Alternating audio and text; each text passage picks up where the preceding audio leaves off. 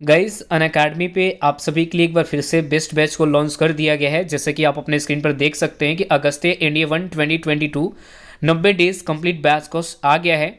और ये बैच जो है ना, अर्पित सर का है। समझ लीजिए कितना ज़बरदस्त। आप मतलब रिकॉर्ड भी सर का उठा के देख सकते हैं। अर्पित सर का एनडीए में सबसे ज़्यादा है ना, 2500 से ज़्यादा स्टूडेंट्स ने एग्जाम्स को भी क्लियर किया, वो भी अनअकैडमी प्लेटफॉर्म से। समझ सकते हैं। तो अर्पित सर वाला बैच जाके आप लोग जरूर ज्वाइन करिएगा, ठीक है।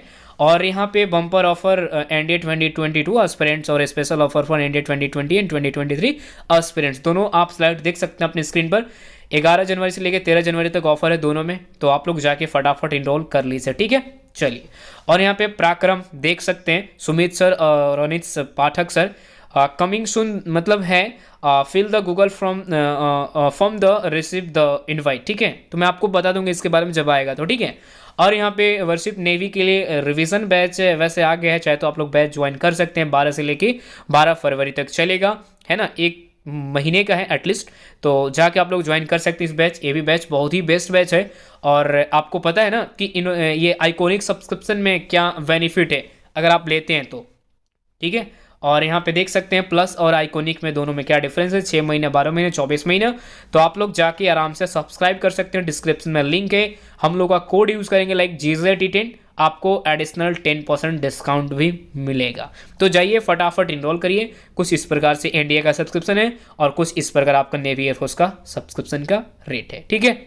हेलो फ्रेंड्स, कैसे हैं आप लोग। आई होप कि आप सभी लोग ठीक होंगे। तो मेरा नाम है महेश और आप देख रहे हैं हमारे यूट्यूब चैनल ज्ञान ज्योति आशीष ट्यूटोरियल। तो दोस्तों, आज हम लोग करने वाले हैं नेवी एयरफोर्स से रिलेटेड जीके के मोस्ट इंपॉर्टेंट क्वेश्चंस जो आपके एग्जाम के लिए बिल्कुल इंपॉर्टेंट होंगे, ठीक है। तो चलिए शुरू करते हैं। और यहाँ पर देखेंगे पहला क्वेश्चन आप लोगों के स्क्रीन के ऊपर ये है।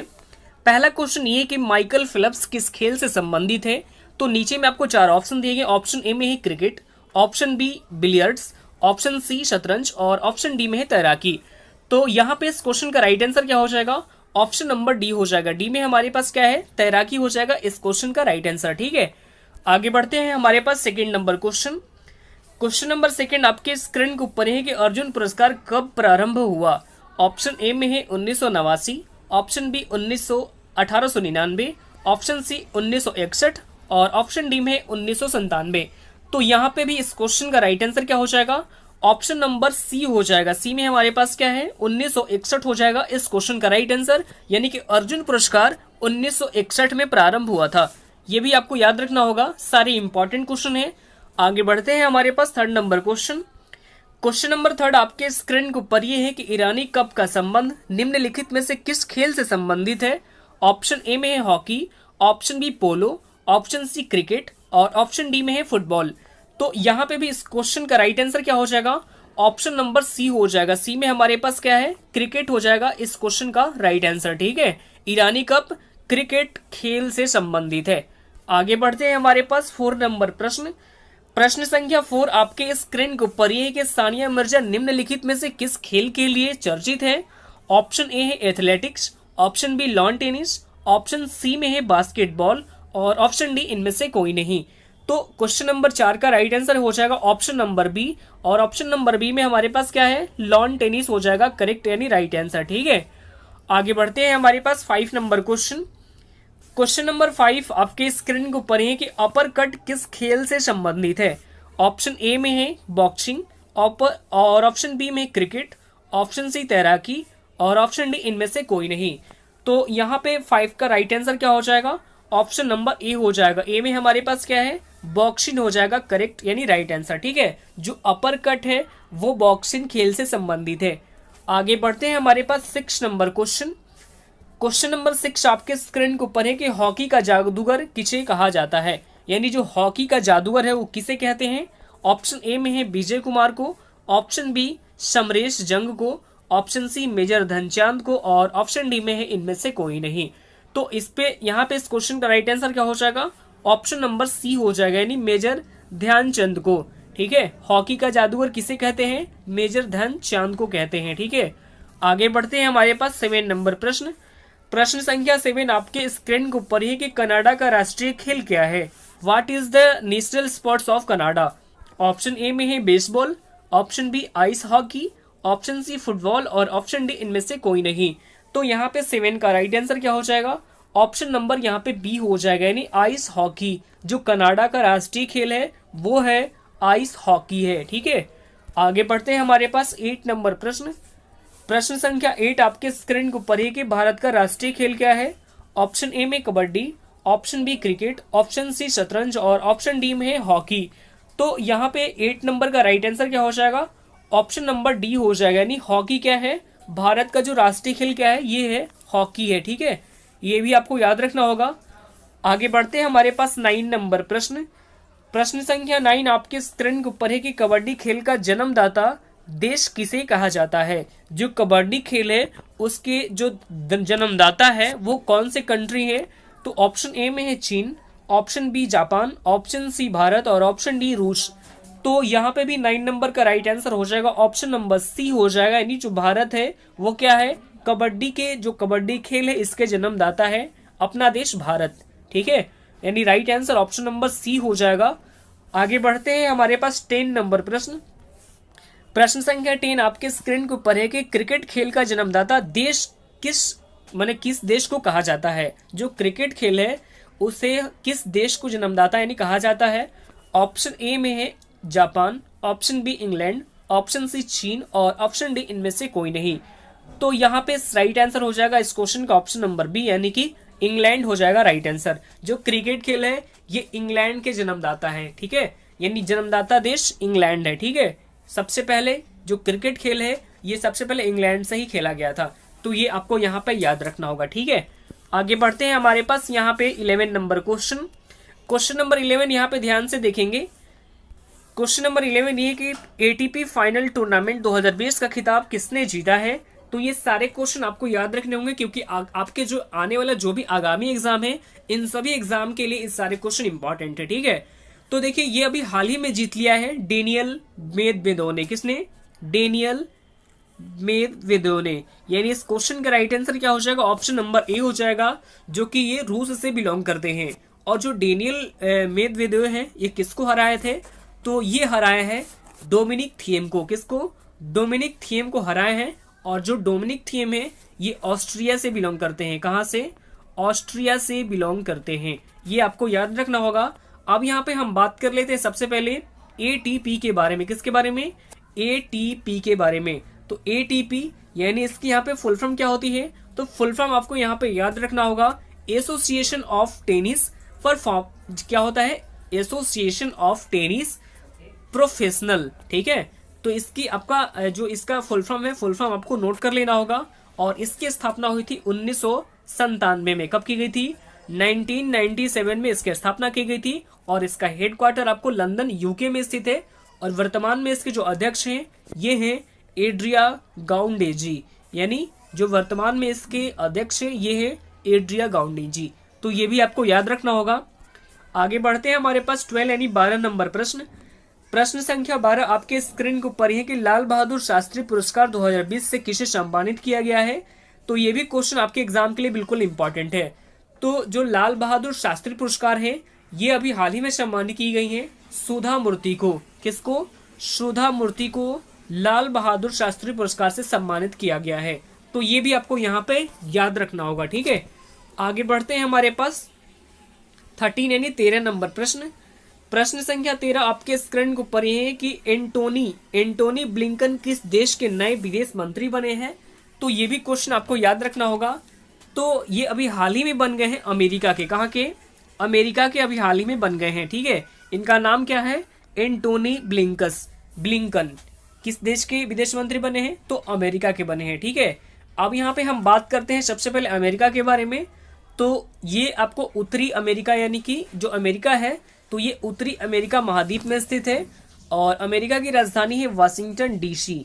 वाशिंगटन डीसी अमेरिका की राजधानी है, जबकि करेंसी है अमेरिकी डॉलर। ठीक है, ये भी आपको याद रखना होगा। और अभी राष्ट्रपति जो डोनाल्ड ट्रंप है, लेकिन जनवरी से यानी जनवरी 2021 से अब यानी अमेरिका के जो नए प्रेसिडेंट होंगे ये होंगे जो बाइडेन। कौन होंगे? जो बाइडेन होंगे। आगे बढ़ते हैं। हमारे पास 14 यानी 14 नंबर प्रश्न, प्रश्न संख्या 14 आपके स्क्रीन को पढ़ी कि हाल ही में किस राज्य के पूर्व मुख्यमंत्री तरुण गोगोई का निधन हुआ है? तो देखिए ये असम के पूर्व मुख्यमंत्री थे। कहाँ के थे? असम के पूर्व मुख्यमंत्री थे, जिनका अभी हाल ही में निधन हो गया है।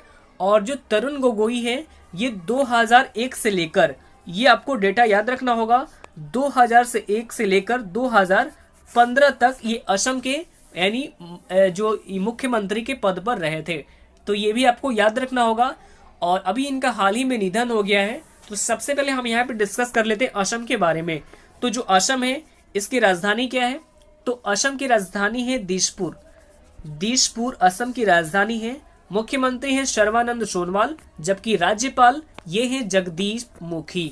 ये भी आपको याद रखना होगा, असम से रिलेटेड सारे एक्स्ट्रा फैक्ट्स, ठीक है। अब आगे बढ़ते हैं, हमारे पास 14 यानी 15 नंबर प्रश्न। प्रश्न संख्या 15 आपके स्क्रीन को पढ़े कि हाल ही में किस देश ने चंद्रमा के लिए अपना पहला अंतरिक्ष यान चांग-E5 लॉन्च किया है? तो देखिए, ये अभी हाल ही में लॉन्च किया गया है चाइना के द्वारा। किसके द्वारा? चाइना के द्वारा अभी हाल ही में लॉन्च किया गया है। तो सबसे पहले हम चाइना के बारे में डिस्कस करेंगे। तो चाइना, तो इसकी कैपिटल है बीजिंग। चाइना की कैपिटल क्या है? बीजिंग है। करेंसी है रेन मिनवी। और वहां के जो प्रेसिडेंट है, ये है शी जिनपिंग। तो ये भी आपको याद रखना होगा, ठीक है। आगे बढ़ते हैं, हमारे पास 16 यानी 16 नंबर प्रश्न। प्रश्न संख्या 16 आपके स्क्रीन को पढ़ी है कि हाल ही में किस देश ने 2020 के APEC शिखर सम्मेलन की मेजबानी की है? तो देखिए, ये भी क्वेश्चन आपको याद रखना होगा। और ये अभी हाल ही में की गई है मलेशिया के द्वारा। किसके द्वारा? मलेशिया के द्वारा। अब यहाँ पे हम बात करते हैं सबसे पहले APEC के बारे में। किसके बारे में? APEC के बारे में। तो इसकी फुल फॉर्म यहाँ पे बनती है एशियन पैसिफिक इकोनॉमिक कोऑपरेशन। इसके शिखर सम्मेलन की मेजबानी मलेशिया ने की है।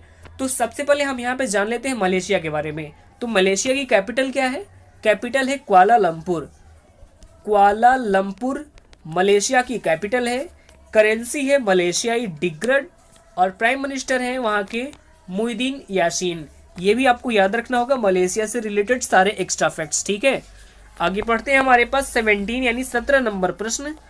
प्रश्न संख्या 17 आपके स्क्रीन को पढ़िए कि हाल ही में महिलाओं के खिलाफ हिंसा के उन्मूलन के लिए अंतर्राष्ट्रीय दिवस ये कब मनाया गया है? तो देखिए, ये भी आपको याद रखना होगा। और ये अभी हाल ही में मनाया गया है 25 नवंबर को। कब मनाया गया है? 25 नवंबर को मनाया गया है, ठीक है। और ये दिवस क्यों मनाया जाता है? तो महिलाओं के खिलाफ जो हिंसक यानी उनके उन्मूलन के लिए ये दिवस मनाया जाता है हर एक साल 25 नवंबर को। अब यहाँ पे नवंबर माह के सभी इंपॉर्टेंट डेज को डिस्कस कर लेते हैं। तो 17 नवंबर को कौन सा दिवस मनाया गया है? तो 17 नवंबर को मनाया गया international students day. International students day ये 17 नवंबर को मनाया गया है। जबकि वर्ल्ड स्टूडेंट्स डे ये आपको मनाया जाता है 15 अक्टूबर को। कब मनाया जाता है? 15 अक्टूबर को मनाया जाता है। तो ये भी आपको याद रखना होगा। और 16 नवंबर को कौन सा दिवस मनाया गया है? तो 16 नवंबर को मनाया गया है national press day. National press day ये 16 नवंबर को मनाया गया है। जबकि जो वर्ल्ड प्रेस फ्रीडम डे ये मनाया जाता है 3 मई को, ठीक है। तो ये भी आपको याद रखना होगा। और 18 नवंबर को मनाया गया है प्राकृतिक चिकित्सा दिवस। तो ये सारे ही डेज आपको यहाँ पे याद रखने होंगे, ठीक है। आगे बढ़ते हैं, हमारे पास 18 यानी 18 नंबर प्रश्न। 18 नंबर प्रश्न आपके स्क्रीन को पढ़िए कि हाल ही में किस बैंक ने कार्डलेस EMI सुविधा की शुरुआत की है? तो इसकी शुरुआत अभी हाल ही में की गई है ICICI बैंक के द्वारा। किसके द्वारा? ICICI बैंक के द्वारा। यानी इस क्वेश्चन का right answer option number D हो जाएगा। अच्छा, ये जो टर्म लिखा हुआ है EMI यानी इसकी फुल फॉर्म क्या होती है? तो EMI की फुल फॉर्म यहाँ पे आप नोट कर सकते हैं, इक्वेटेड मंथली इंस्टॉलमेंट। तो जब आप कोई भी महंगी चीज खरीदते हैं तो उसके जो पैसे होते हैं ये किस्तों में चुकाने पड़ते हैं। तो इसे ही हम कहते हैं EMI भरना। और ये जो ICICI बैंक है ये कार्डलेस EMI सुविधाओं की शुरुआत करने वाला ये पहला बैंक बन गया है। तो ये आपको याद रखना होगा। अब यहाँ पे ICICI बैंक के बारे में डिस्कस कर लेते हैं। तो जो ICICI बैंक है इसकी स्थापना 1994 में की गई थी। कब की गई थी? 1994 में इसके जो है स्थापना की गई थी। और इसका हेडक्वार्टर मुंबई महाराष्ट्र में स्थित है। और इसके जो चेयरमैन है ये है गिरीश चंद्र चतुर्वेदी। जबकि इसके MD और CEO ये है संदीप बख्शी। तो ये भी आपको यहाँ पे याद रखना होगा, ठीक है। आगे बढ़ते हैं, हमारे पास 19 यानी 19 नंबर प्रश्न। प्रश्न संख्या 19 आपके स्क्रीन को पढ़े कि हाल ही में दुनिया की पहली हाइड्रोजन से संचालित डबल डेकर बस किस देश ने लॉन्च किया है? तो ये अभी हाल ही में लॉन्च किया गया है स्कॉटलैंड के द्वारा। किसके द्वारा? स्कॉटलैंड के द्वारा, यानी right answer option number B हो जाएगा। तो देखिए डबल डेकर बस, तो ऐसी पहली डबल डेकर बस जो कि हाइड्रोजन से संचालित होगी और इसे ही लॉन्च किया गया स्कॉटलैंड के द्वारा। तो सबसे पहले हम यहाँ पे स्कॉटलैंड के बारे में बात कर लेते हैं। तो स्कॉटलैंड की कैपिटल क्या है? कैपिटल है एडिनवर्थ। स्कॉटलैंड की कैपिटल एडिनवर्थ है। करेंसी क्या है? करेंसी है पाउंड स्टर्लिंग। तो ये भी आपको याद रखना होगा। आगे बढ़ते हैं, हमारे पास 20 नंबर क्वेश्चन नंबर 20 आपके स्क्रीन के ऊपर है कि हाल ही में तुंगभद्रा पुरस्कारम महोत्सव का आयोजन यानी जो उद्घाटन है किस राज्य में किया गया है? तो देखिए इसका उद्घाटन अभी हाल ही में किया गया है आंध्र प्रदेश में। कहाँ पे? आंध्र प्रदेश में किया गया है। अब यहाँ पे हम आंध्र प्रदेश के बारे में डिस्कस कर लेते हैं। तो राजधानी क्या है? राजधानी है कुर्नूल, अमरावती और एक और राजधानी है विशाखापट्टनम। तो बता दूं कि 3 राजधानियों वाला भारत का ये पहला राज्य बन गया है, तो इसे आपको याद रखना होगा। जबकि मुख्यमंत्री हैं जगन मोहन रेड्डी। कौन है? जगन मोहन रेड्डी आंध्र प्रदेश के मुख्यमंत्री हैं। जबकि राज्यपाल विश्वभूषण हरिचंदन है। कौन है? विश्वभूषण हरिचंदन वहां के वर्तमान में आंध्र प्रदेश के राज्यपाल हैं। तो ये भी आपको यहाँ पे याद रखना होगा, ठीक है। तो आज के लिए इतना ही, फिर मिलते हैं नेक्स्ट वीडियो में। और मैं आपको वीडियो का अंत करते करते आपको ये बता दूं कि इस वीडियो की पूरी पीडीएफ फाइल हमारे इस वीडियो के डिस्क्रिप्शन बॉक्स में टेलीग्राम और इंस्टाग्राम दोनों का लिंक दे दिया गया है। तो वहां से जाके आप सारे वीडियो पीडीएफ फाइल को डाउनलोड कर सकते हैं, ठीक है। तो चलिए फिर मिलते हैं नेक्स्ट वीडियो में, तब तक के लिए bye bye, take care, all the best, thank you.